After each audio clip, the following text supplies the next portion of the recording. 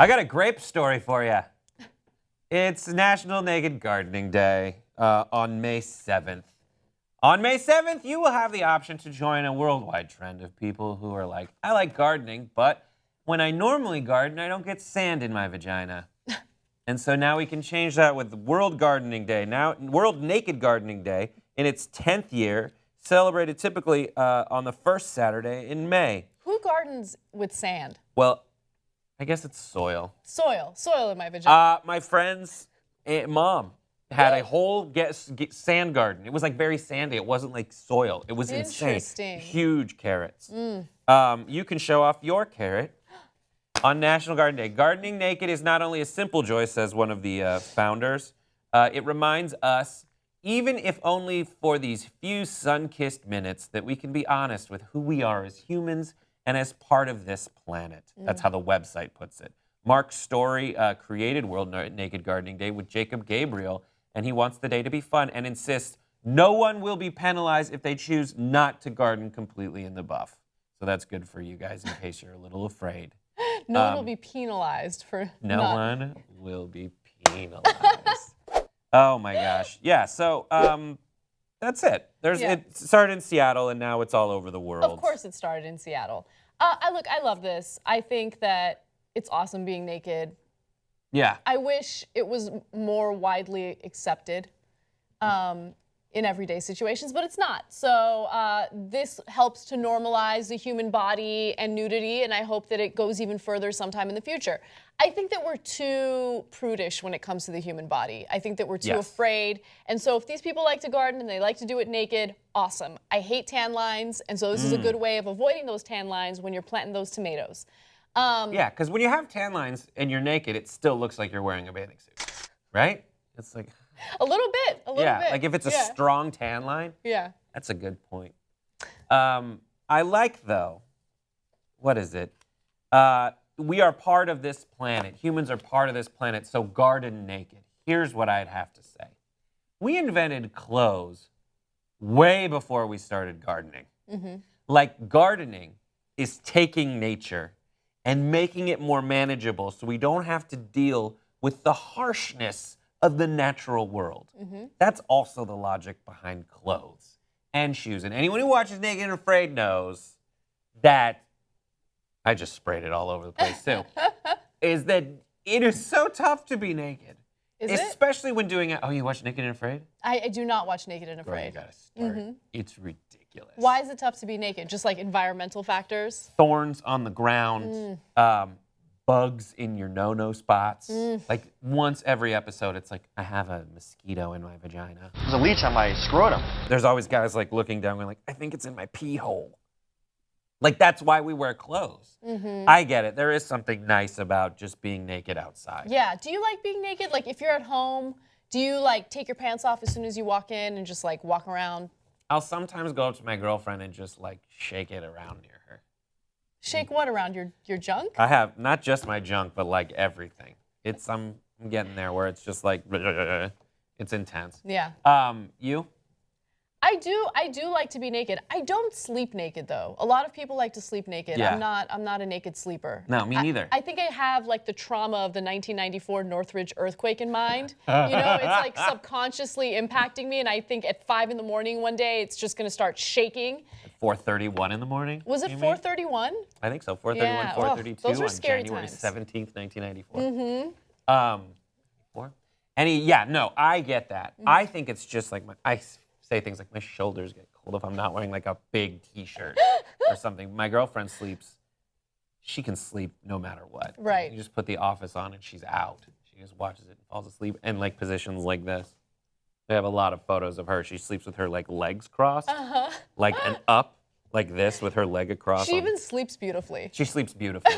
That's but she's naked way more than I am. Yeah. And that's great. That's a great. dream. Sounds like a win-win for you. Female body is a work of art. There's a 13-year-old version of myself like on the couch going like, good job. This is what I wanted for us. But yeah, would you do something like this? Would you go out and garden naked? Yeah, I would. If it didn't have negative impacts on my career, let's say if someone takes a picture of me and posts it on the internet as I'm doing this naked gardening, it could have a negative impact on my career. But if it didn't, if we got rid of this taboo mindset regarding the human body, of course I'd do it. Yeah. One of the most liberating things I did when I went to Spain was go to the beach topless, right? Oh, so good. It felt so nice. And the best part about it was so normalized that no one cared, no one noticed, right? No, what? I can't even wrap my head around that concept. Because there's, I used to live in Venice, and Venice is where like a lot of Europeans come to during the summer when like the entire continent just shuts down and no one works. And every year there were like a few girls who would come and just take their tops off and lay down. And depending on how hot they were, if they weren't that hot, they'd be told, "Ma'am, you have to put your shirt back on." But if they were good looking, you would see just like more and more people answer the call from the lifeguard to be like, "Guys, there's naked chicks on the beach right now." And they would just be like a bigger thing. They wouldn't tell them to stop. We're ridiculous here in America. It's weird, right? Yeah. Because it's just a nipple. Would you go to a nude beach?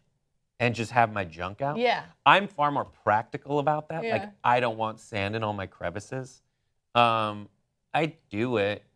I wouldn't not do it. But I'm not like a naked outside person. I'm like that person, and it's changed over time where like it used to be like if I'm in my house, I'll be covered just to be nice.